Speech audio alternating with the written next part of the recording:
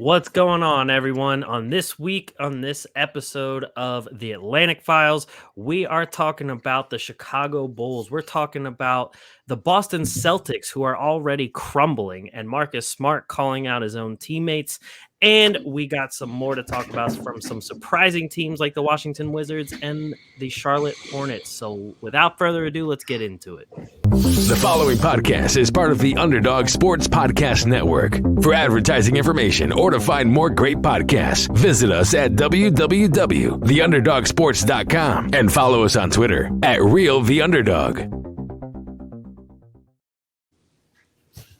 What's going on, everybody? Welcome back to another episode of the Atlantic Files, the number one podcast and the number one division in the NBA, brought to you by the Underdog Sports Podcast Network, joined by your hosts, myself, Alex Fishbein. We got Mike Bash. We got Dennis Clausen. What's going on, fellas?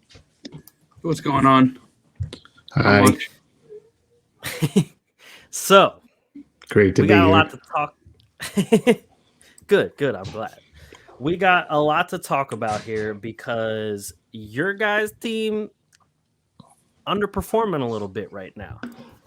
But the guys that Dennis has been talking about performing to the level that Dennis has predicted. So we'll get to the Celtics. That's going to be like our main discussion, especially because Marcus Smart's calling people out. He's calling out Tatum. He's calling out Brown. But first things first, I want to talk to you guys about Brooklyn.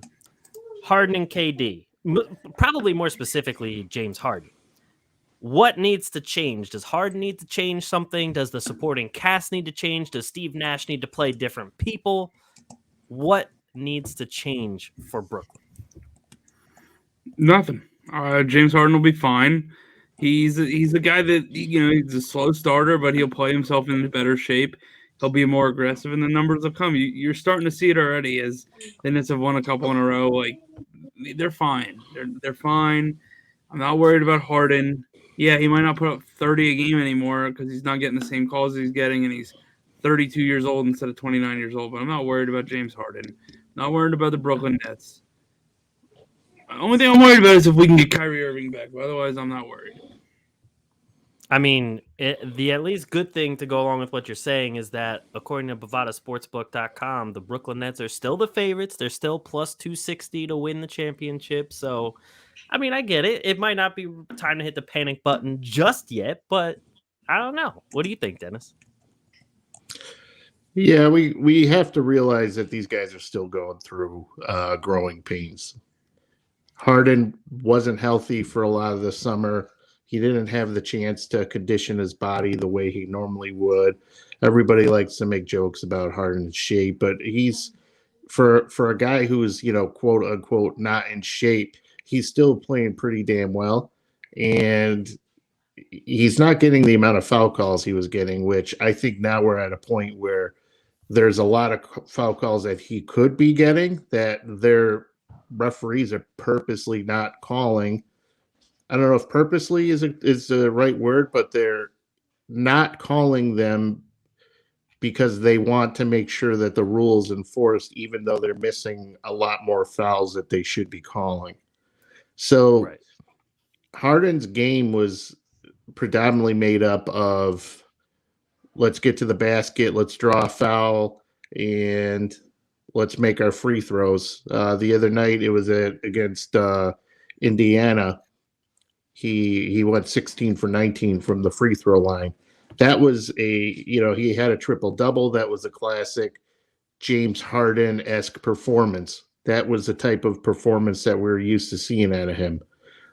You would think that going into against Detroit, a team that likes to foul a lot throughout the year, they're ranked in the top 5. They draw fouls that Harden would have got some more calls, and he really didn't. So to me, the inconsistency with the play call or with the foul calling is really giving him a lot of problems. And I'm not blaming it all on him. I'm blaming a lot of it on the referees missing calls, and I'm blaming it on Harden just still needs to find his groove, get back into shape after because we got to remember too, it wasn't that long ago that the Nets were playing over the summer.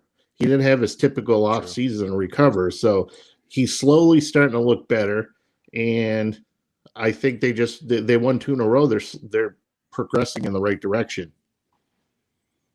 Oh yeah, that's true. I mean, I will say in terms of like especially the changed foul call rules, I do like the fact that they're not calling the like off arm hooking from the offensive players and the like jumping into the defender and getting the foul call on that. I do like all of those changes to the rules, but it is true that since they've had this mindset of like, okay, we can't call this anymore, we can't call that anymore, there are some normal fouls that are getting missed because in their mind they're like, okay, we need to stop calling these ones. So it definitely produces some more missed calls, but overall, I mean, I like the rule. But there's also, you got guys like Trae Young who also talked about, not getting those fouls and everything, the fouls that you usually would get besides the ones they're not specifically calling. And then my favorite excuse over the past couple weeks was when Paul George talked about they're using a new ball. Like they are using the Wilson ball instead of the Spalding. But he talked about we're going to see a lot more misses just because of a new ball. And I don't think that's Harden's problem, but I thought that was a pretty bad excuse, if you ask me. Well, I think you've seen across the league, though. I'm pretty sure like shooting percentages are down. So a lot of these scores, like we were talking about Damian Lillard before the show, and guys across the league are struggling to score, whether it's the calls, whether it's the ball, whether it's just the pace of play. Maybe it's like, it feels like in the last 18 months we've had like 3 seasons between the bubble and then the actual season last year and now this season. So maybe it's a mixture of things coming together for some of these guys. But I didn't see the Paul George thing, but that could definitely contribute to it. I just know that like across the board scoring seems to be down. True. I made it a point to not listen to really anything that Paul George has to say anymore. But you would think that with all the changes and everything going on over the past couple of years, that probably the worst time to pick a new ball and changing things would be this season. I mean, come on, what are we doing here? Yeah, no, I completely agree. And to Mike, to your point, yeah, it essentially has been 3 seasons. And for all the guys who played at the Olympics, you didn't even have like that much off time because you were all at the Olympics competing for that on top of it. So, I can see people being exhausted from barely any off season. I can get that. But yeah, the ball part, while I understand it takes a little bit to get used to it, they did know coming in the offseason that the ball was going to change. So you should probably start practicing with it if you didn't already. But anyway. I was going to say, for the first time in Mike's life, him and Paul George have something in common. They can't score. Oh my God. I was wondering if you were going to take that to a ball joke or if it was going to be something else. So I give you props for that one. It wasn't predictable. I got good stuff. So one of Dennis's favorite topics, the Toronto Raptors. Only fans? Well, the Raptors. Only Raptors. Right.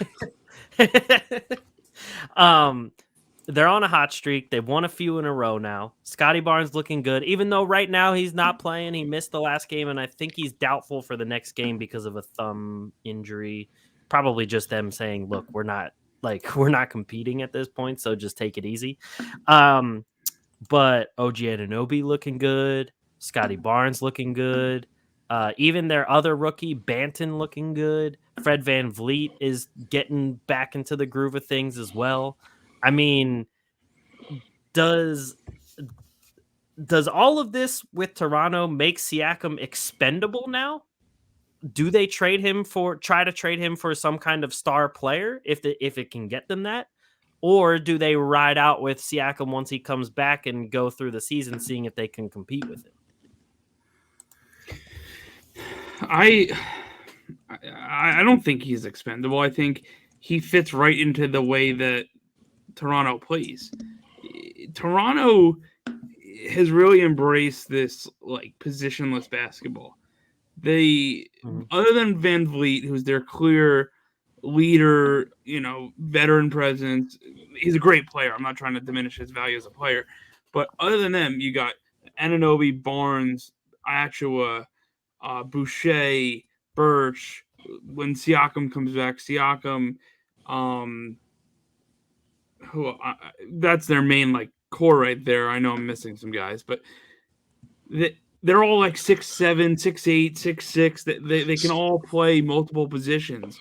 And when they played the Knicks last night, it was just they struggled early and then they just took off because they could they could switch 1 through 5 or 2 through 5. Fred's not going to be covering a center, but they could switch, they can move the ball, they can play with athleticism, they could shoot. I mean, Siakam can do all of that, and Siakam can do all that at a very high level. So I think Siakam is, whenever he is, I don't know when he's due back, but whenever he does come back, like that's just going to make them even better. I don't know if over the course of an 82-game season, are they going to be able to put together 50 wins or 45 wins? Who knows? But I think Siakam fits right into the way they want to play. Well, they haven't been playing too bad at this point. I mean, they just beat the Knicks. So, and not only did they beat the Knicks, they beat their ass. So they're in the they're in the conversation right now. They're not horrible. They're nowhere near one of the worst teams in the league like they were expected to be. That's very true. Yeah, and Gary Trent was the one guy I couldn't think of. I thought you were talking about Svi Mikhailuk. Svi Mikhailuk, the pride of Kansas. No, not Svi Mikhailuk. So they're not as bad as they thought that. Go ahead, Alex. Oh, no, I was just going to say, it's surprising to me that Pascal, even though he hasn't played yet, according to Bovada, he's plus 15,000 to win the MVP, which is on par with Kyrie, above CJ McCollum, above De'Aaron Fox and DeMar DeRozan. And he hasn't even played a game yet. And they do make it look like he could be expendable. Well, I don't see how Pascal Siakam would make their team worse. I just think that if they traded him to somebody else and got somebody else, that would make their team better. So if he's going to play, which he's supposed to be coming back anytime now within the next couple of weeks, he's supposed to be back. And then he's going to have to ramp up his workload. He's probably going to be severely restricted from a minute standpoint. But it's going to be interesting to see how he fits into the equation, especially when you got OG in the mix. You got Precious and Kem Birch and Boucher, and it's going to be interesting to see what's going to happen to my man's Scottie Barnes, who is looking like the rookie of the year right out the gate. What's going to happen to him? Evan Mobley.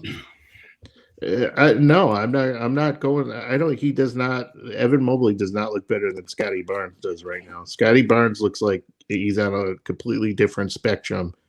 So he's a walking double-double. True.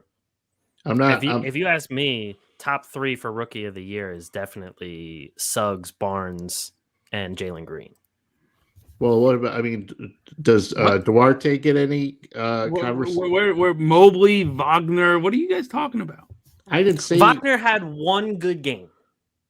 I didn't say Wagner. He did. Josh Giddey. Giddey has been actually a lot better than I expected. I said Duarte. Nobody cares about Duarte. Yeah, Duarte is definitely top 5. But for me, I would. Yeah, but he's going to fall since my boy Karis LeVert's back. I mean, that will take the ball out of his hands a little bit. Is TJ Warren still hurt? Mm-hmm.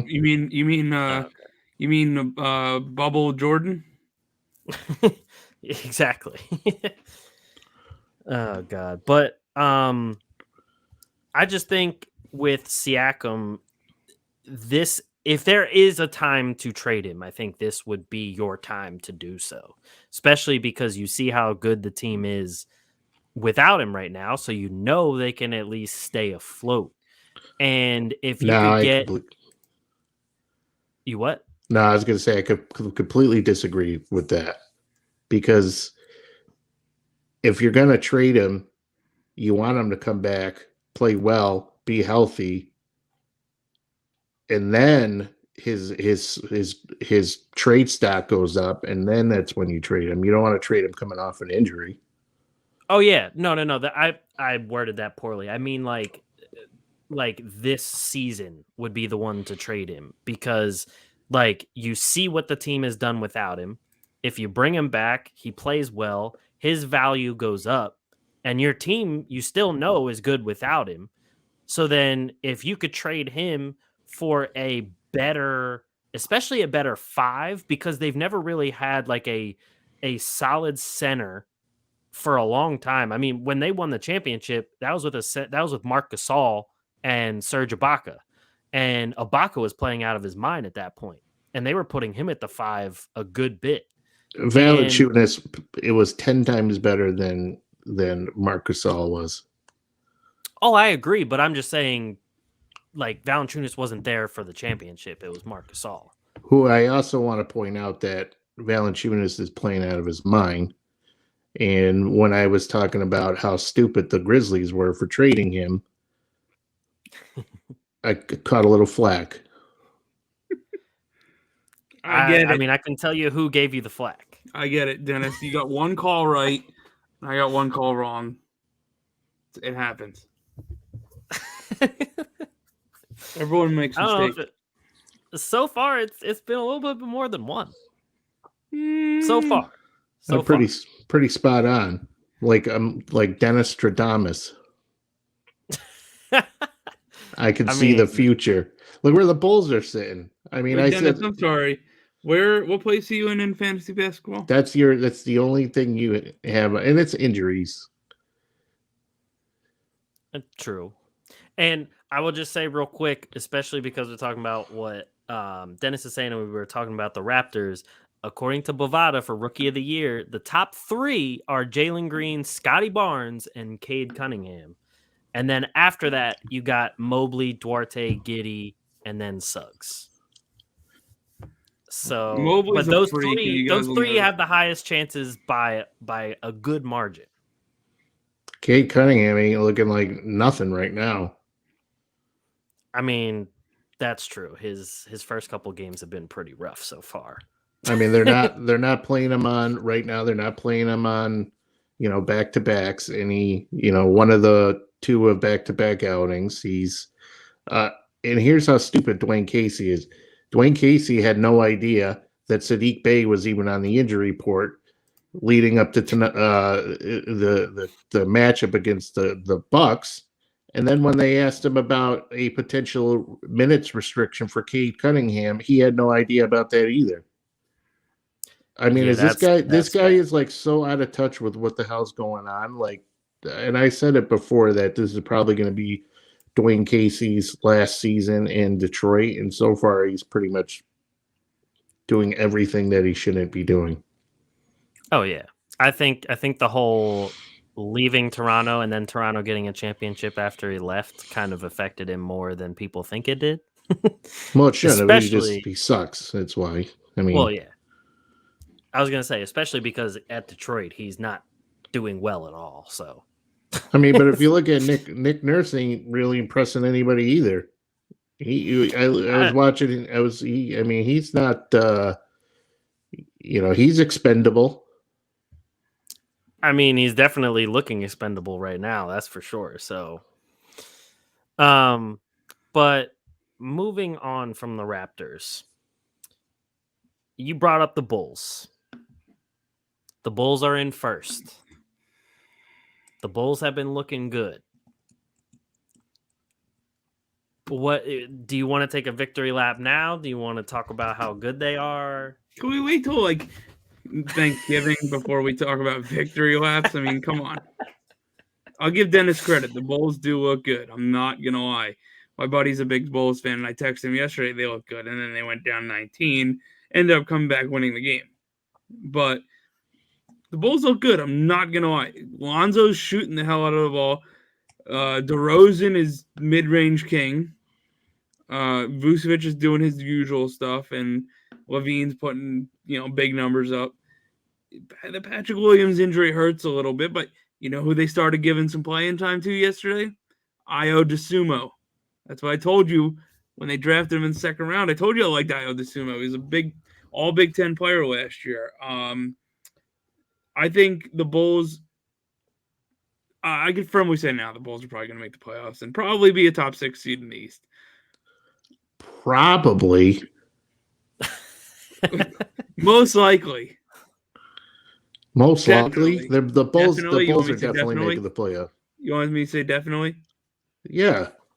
And I think Alex actually had Billy Donovan as his coach of the year. I did too. Thank you. One of you had him. We both did talk about him, yeah. So, all right, you know what? Since he said Billy Donovan first, I changed mine originally to Udoka, but that's looking bad.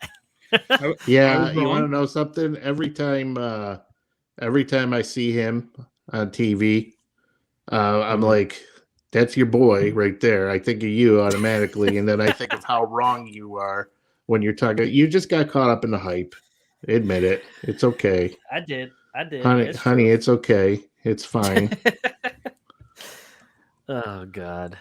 But I will say that I'm kind of enticed right now. The fact that Bovada has the Bulls listed at plus 4,500 to win the championship, which is like they have them all the way down. Let's see, 3, 6, 9, 10, 11th highest odds to win the championship. And I definitely think they should be higher than Atlanta. And they definitely should be higher than the Clippers. I don't know why the Clippers are that high. And Utah too, because I have no faith in Utah at all. But that's not a bad bet if you ask me. I mean, we're talking about the Bulls here. DeRozan's playing better than he's ever played in his entire career. He's averaging nearly 26 points a game. Lonzo Ball is doing exactly what I said he was going to do.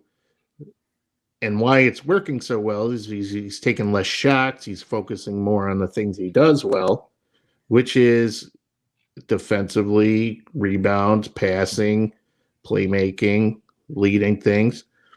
That's something he was never used right throughout his career. He doesn't need to be a primary scoring option. He'll never be it, but they're surrounding him with guys who can score. DeMar DeRozan is not there to just be a mentor, apparently. He's there to actually make a difference. Alex Caruso is playing out of his mind, mostly defensively, but the guy, he had like 4 blocks in a game. He's just been playing out of his mind. So the Bulls are just doing everything right so far, and the Knicks barely beat them. The Knicks got creamed by the Raptors, so I'm not convinced that the Knicks are the team to beat in the Eastern Conference, especially with injuries. They have injuries to Mitchell Robinson's been dealing with some things, or not Mitchell Robinson. Noel's been dealing with some soreness. Taj Gibson just went down with an ankle injury, I think it was. So, I mean, they're going to be hurting. Obi Toppin has to step up if they're going to salvage any part under the rim. But right now, the Bulls, they have the depth, and offensively, they're cream of the crop, man. Ain't no stopping Obi Toppin. Unless you're any defender. Gotcha. But I will say the big thing about the Bulls is Vucevic isn't even playing that well just yet. Because he hasn't even, like, shooting-wise, his percentages aren't even up to what they normally are right now. And I think he's had the slowest, like, learning curve just because, A, he played in Orlando for so many years with so many god-awful people that he's used to getting the ball all the time. And B, with all those kind of people around him, he's not used to kind of fitting into their flow of the offense. So I think once Vucevic is perfectly up to speed, that makes them 10 times scarier, and it does make the Bulls a pretty lethal team in general. Well, they just have to remind Vucevic, they got to say, hey, listen, man, I don't know if anybody ever told you this in Orlando, but you're actually pretty good. And he's like, me? Like, I'm good? Yeah, you're pretty good. You're probably a top 5 center in the league. Depending upon what kind of day Karl Anthony Towns is having, you probably might be better than him on some nights. Even though Cat's been playing well, but sometimes, I mean, Vucevic just doesn't get the credit he deserves. So, pulling him aside and going, hey, man, you're more than just Mickey Mouse ears and, 5-year-old kids throwing up after Disneyland or World or wherever the hell it is. Like, you're actually you're a key component to a team here that could do some good things. Yeah. No, it's very true. And I mean, he's finally going to be able to sniff the playoffs. He's going to see what that's all about. So it's all sunshine and rainbows for Vucevic. Maybe he'll sniff the playoffs. Oh yeah, I think the words were probably. Likely sniff the playoffs. I just want to say one prediction of mine that is looking pretty good is Cat as my sleeper for MVP. Since you wanted to bring up Cat into this conversation, he's averaging a nice 25, 9, 5, almost 2 blocks a game on what I just had it pulled up. He's shooting 52% from the field, 50% from 3, 84 from the line. Just saying. If you want to start the victory lap. I mean, if you're that confident, might as well put some money down because he's at plus 8,000 odds according to Bovada, which is like behind Zion and LaMelo Ball and Russell Westbrook.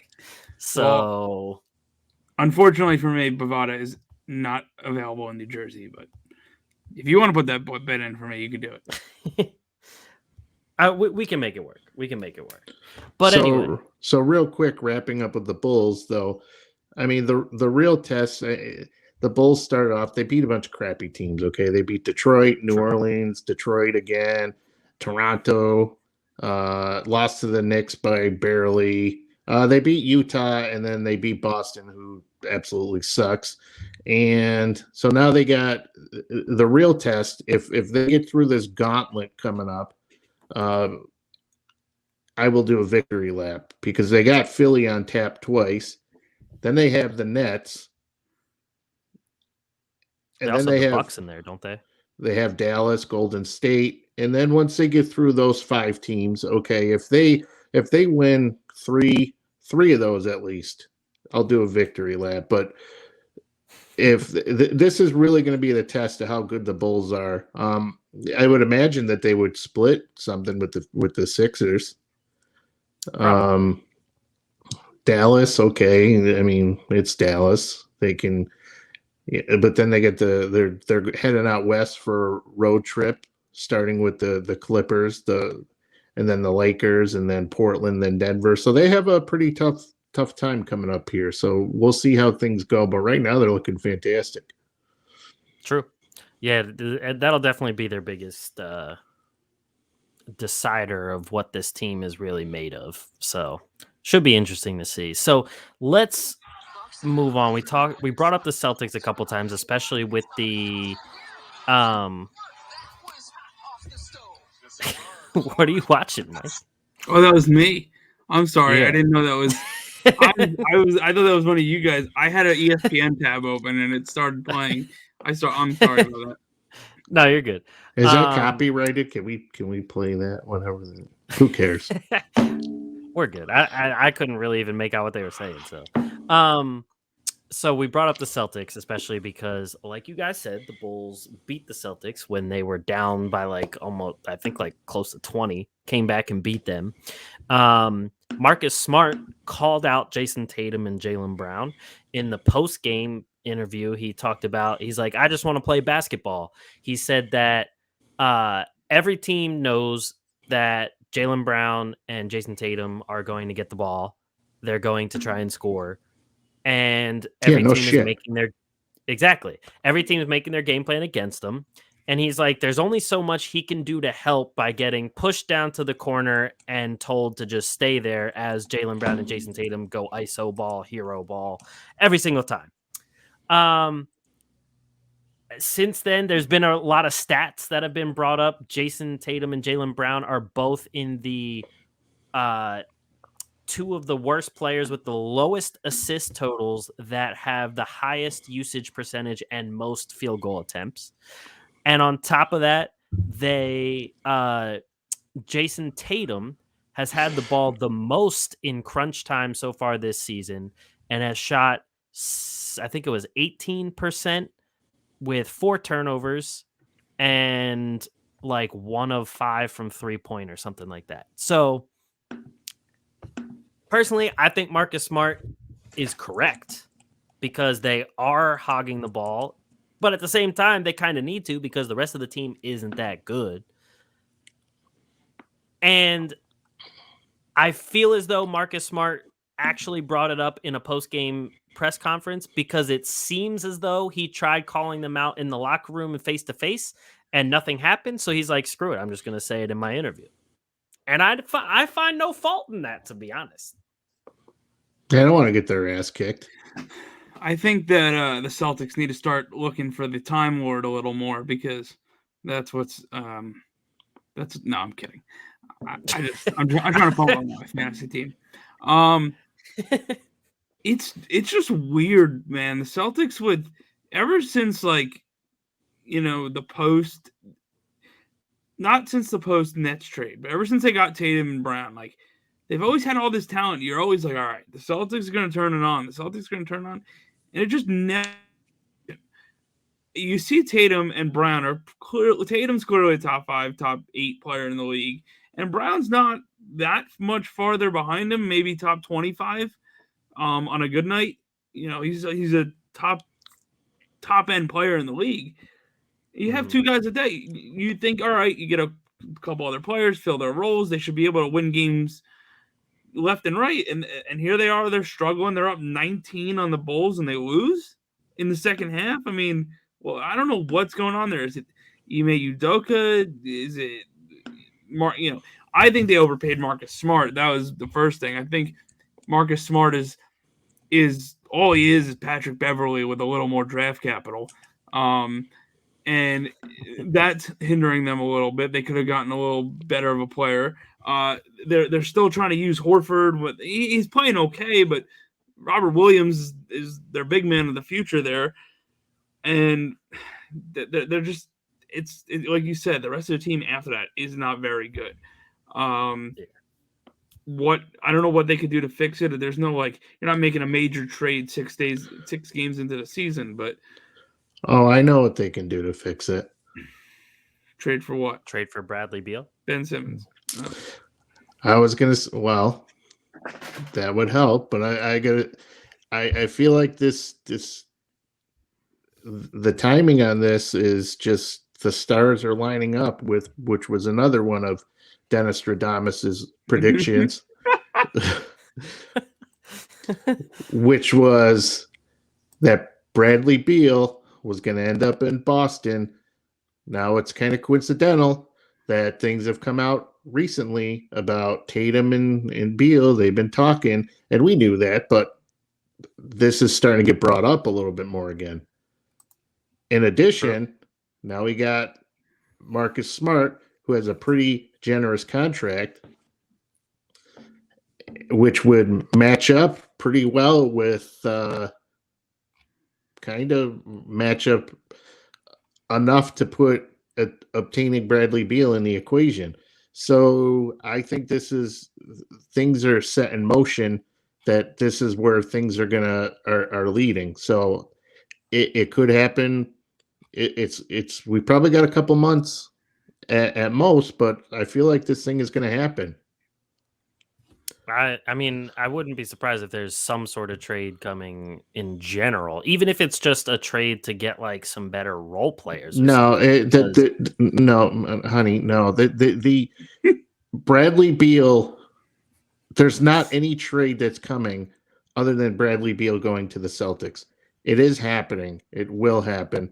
The only thing that ever stopped Bradley Beal from getting traded was that he was always willing to let it be known that he wanted to stay in Washington. However, he's got his boy up there in New England chirping in his ear, and Danny Ainge is a shyster, so this is going to happen. However, well, it's Brad Stevens now. What did I say? Danny Ainge. You know what I meant. I didn't mean Danny Ainge. I meant Brad Stevens. But he's crafty. He could get that stuff done. So true. I wouldn't put it past that this type of stuff could happen. However, in terms of what's going on right now, Marcus Smart should just shut the hell up, because you don't want a guy who shoots 31% for career from the field, or 39% from the field and 31% from three taking a last shot. So you better just shut the hell up and not worry about what you're doing at crunch time. I'd rather leave it up to Jayson Tatum's at 18% and roll the dice with that. But we're talking about the Celtics now, who are so bad. They're one of the worst offensive teams in the league. Their field goal percentage is garbage. Defensively, their defensive rating is garbage. They don't have anybody who could score outside of Jaylen Brown and Jayson Tatum, which we talked about even before the season started. We said those are the only two guys who could score on this team. Nobody else could score on that team. Yep. So, and it's just like the fact that they even gave a contract extension to Josh Richardson even before the season started. I was like, for what? Well, you know what? For what? To just sit the bench. No, you know what? For what? So it's a money thing. Oh yeah. Well, in the end, if that's what it ends up being, then yeah, that's a good move. But as of right now, it looks very dumb. And there's an end game here. True. No, I definitely get that. The stars are talking to me, and I feel that this is coming. Oh God, is this the new like Dennis Stradamus thing that now the stars are? It's got a pretty good ring to it. I mean, come on, I've been pretty Dennis smart. Stradamus. You at least could have gone by like Claustradamus, not Dennis Stradamus. Yeah, it doesn't sound right.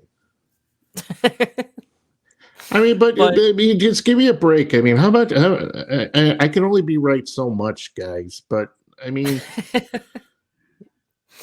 But I will even say that, like, it's pretty sad with how much this team keeps losing, with how, like, good of a player Jayson Tatum is. Just not even looking at Jaylen Brown. Like, Jayson Tatum, according to Bovada, is plus 2,800 in the MVP odds, which isn't even in the top 10 because the team sucks. If he had a better team, he'd probably be top 3 MVP right now. And so it just kills me, the fact that you have a guy like him, you have Jaylen Brown, who I think top 25 is even putting it a little lightly for Jaylen Brown. Mike's taking the glasses off. Things are about to get real. And I just agree with Mike in the fact that it's just confusing watching these two. Like, there's been games that they both put up 40 or 30 each and still lose by like 15. But here's the thing, though, right? Is Jayson Tatum not in the MVP conversation because he's not on a good team, or is his team not good because Jayson Tatum's not in the MVP conversation?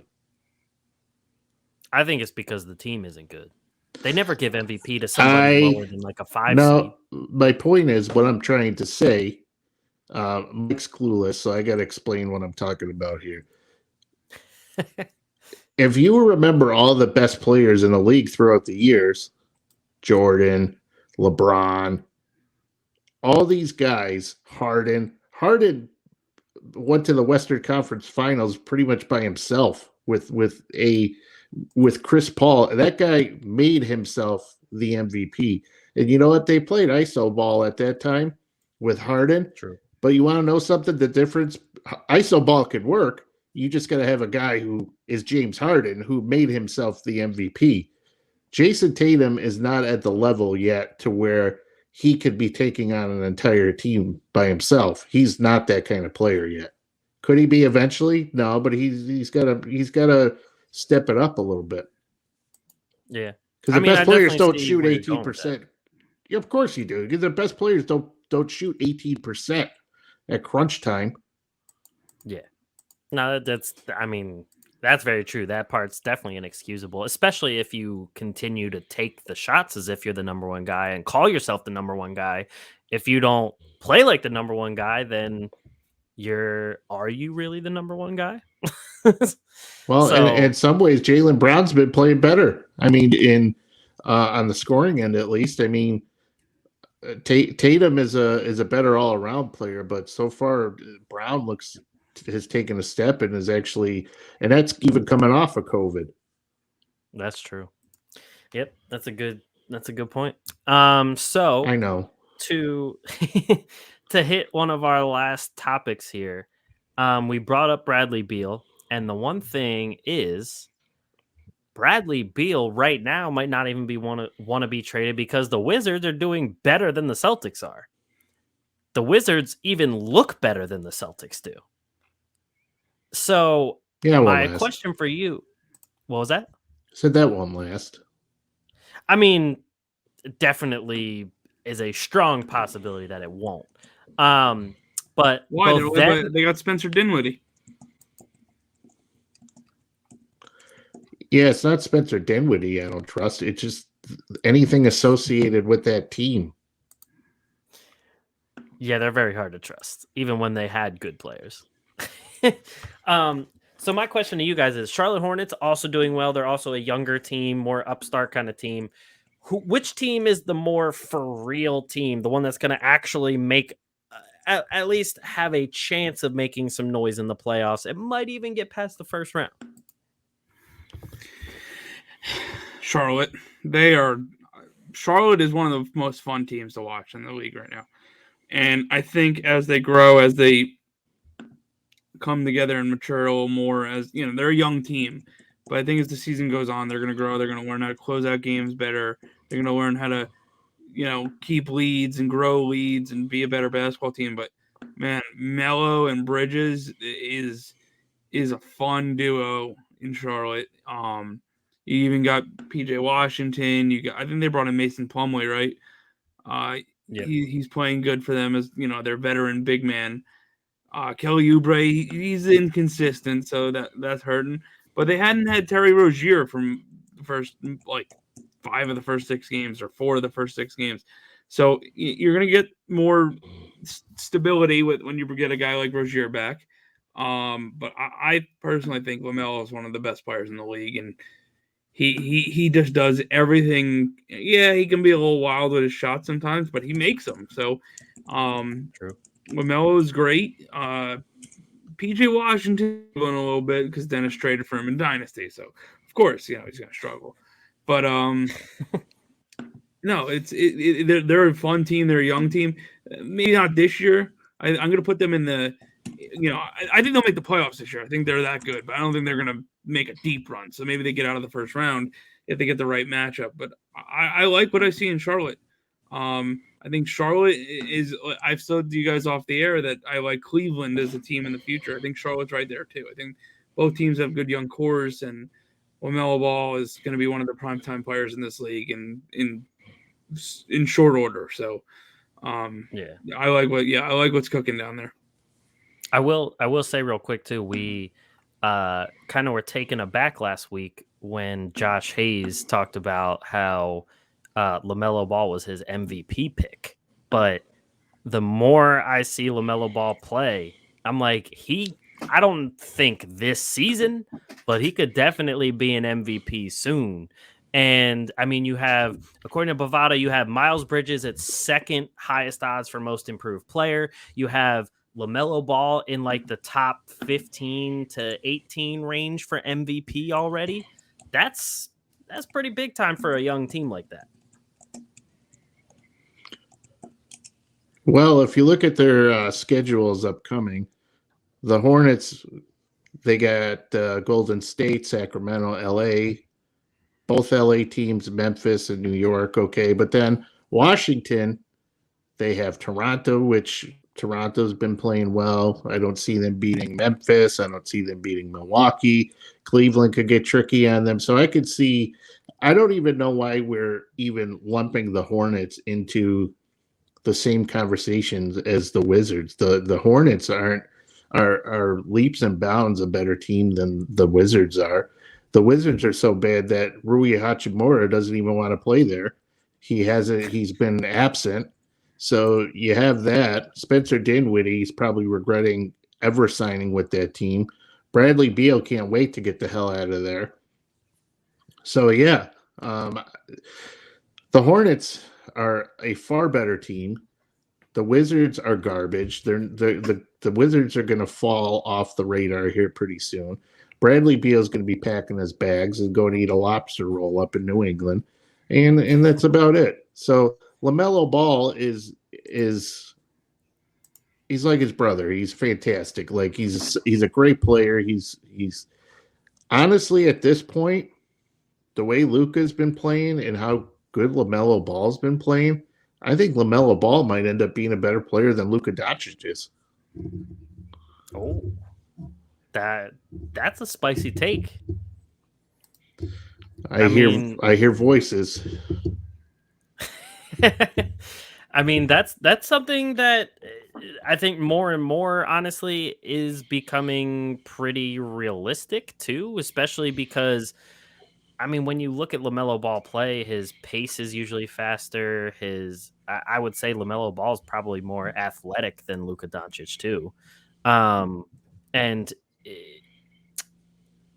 especially with LaMelo Ball probably played in every sort of school, league, everything you could ever imagine before even coming to the NBA. So this guy has had crazy experience all over the place, and now he's in the NBA and making it look easy. I mean, he hasn't even hit puberty yet. Imagine what's going to happen when he grows an extra 4 inches or something, you know? Exactly, and puts some muscle Kevin on. Durant. I'm talking about height-wise. I'm not talking about anything else. I mean, I was hoping so. But I honestly, the way he looks in just his second year in the league, I mean, for one, this should just go out and reaffirm how valuable playing overseas and how valuable G League is versus the garbage collegiate level, which is absolutely garbage. LeVar Ball looks like a complete genius, but he did everything right with his boys. As much as people want to shit all over Lonzo's a great player. I don't care what anybody says.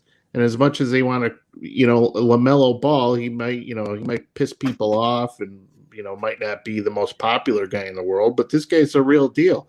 And within the next couple of years, when LeBron and James Harden and KD, all these guys start going away, LaMelo Ball is going to be one of the faces of the NBA. Oh, for sure. And honestly, I like the fact that more people are starting to come onto the scene and be very, very good players that didn't go through the normal route of college. I mean, you have guys like Luka Doncic, like LaMelo Ball. You have the people who came through that new G League Ignite, like Jalen Green and Kuminga. I mean, you have guys now coming from all sorts of exactly who finally started playing, by the way. So it'll be interesting to see him, who I also just got on my dynasty team. So obviously he's going to start playing better now. But in our league, yeah, Mike, you traded him Kuminga?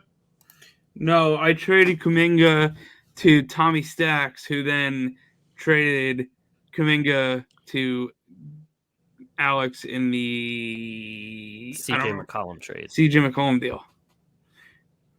Cum bucket making some moves. The cum bucket's getting passed around. I dealt off CJ and Montrezl Harrell for the cum bucket. I got Nickeil Alexander-Walker and a first and a second, I think. And that's like a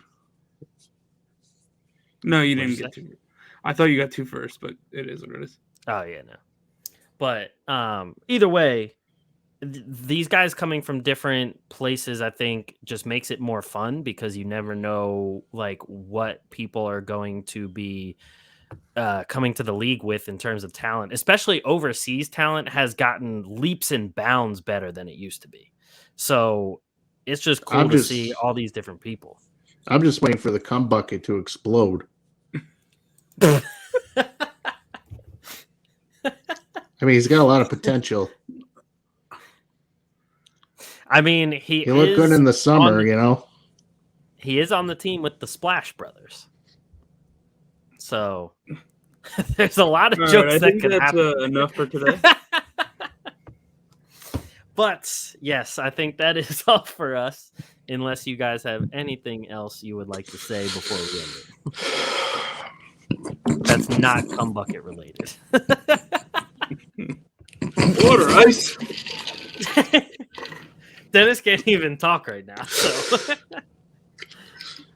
Oh god. But that is it for us. Thank you everybody for watching and listening to another episode of the Atlantic Files. Can you control yourself, man? He can't even make it through the outro. He's just gone.